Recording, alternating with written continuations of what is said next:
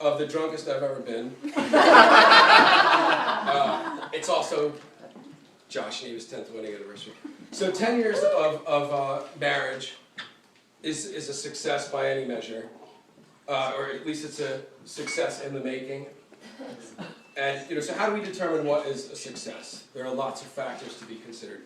So you are neither rich nor famous as a result of your marriage to each other. So it's not a success in that way. You love each other and you've survived 10 years together. But lots of people have done that, so that's not a big deal. You're not a success in that way. So why are we celebrating?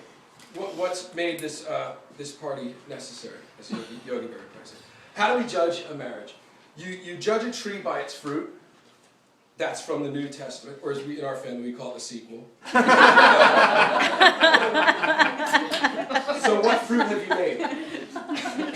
Cute fruit. What is the product of your union?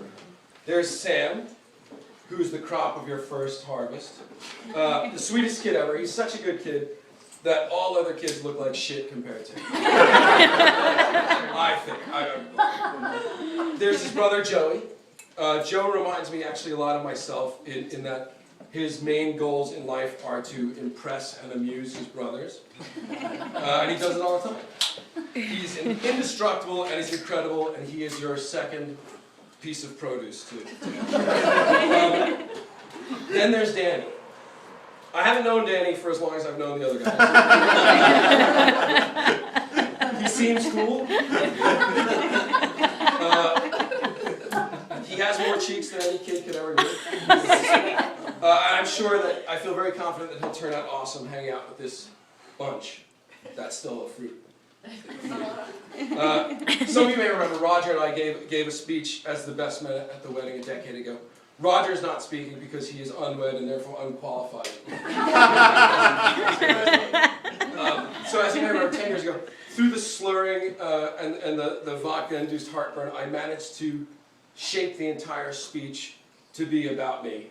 And it was awesome. I remember that. It was very important to me that it be about me. So anyway, on to me. How has your marriage affected me? It's good. So far, it's good. As early as on your wedding day, actually, I benefited from your marriage. Your very attractive maid of honor asked me to help tie a ribbon on the back of her dress because she thought her underwear was showing. Which it was. So I did. I tied it for you guys. So since that time, and actually since long before that, the three of us we've been roommates, we've been neighbors, and we've been family since before you were married, I think. It's all been great for me. You've been an excellent team of advisors for me and for lots of people in this room and for our family as a whole, probably. I also slept on your couch a lot in the early days. Also great for me, free rent, so that adds to my pile of fruit from your wedding. Also, I got a sister, and I never had one before, so and an awesome one, which is nice for me. So again, to make sure I stick with the theme of me, you've been excellent role models, really, really excellent role models. So while I was sitting in your home and drinking your food, drinking your booze and eating your food, I was taking mental notes on what a good marriage is supposed to look like. And I was actually watching and making real notes of all these things that work. And I was trying to figure out, so why does it work, and what's the right thing to do, and how can I figure out a way to do it this way? And then I sort of figured out the secret one day. I was able to discover how it is that my brother made this whole getting married thing look super duper easy. You just find a girl who's way better and smarter than you.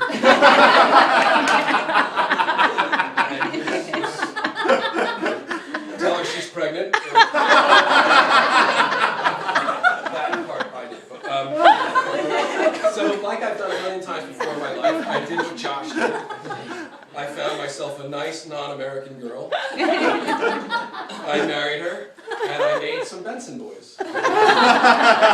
You guys did it one at a time, which is adorable, we think. It's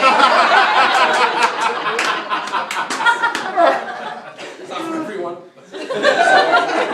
Anyway, I think we all know it can't possibly be as easy as you two make it look, but we appreciate the charade of a blackberry. So we'll all be here toasting your 20th and your 30th and so on, and I'll make a speech at each of these. It'll be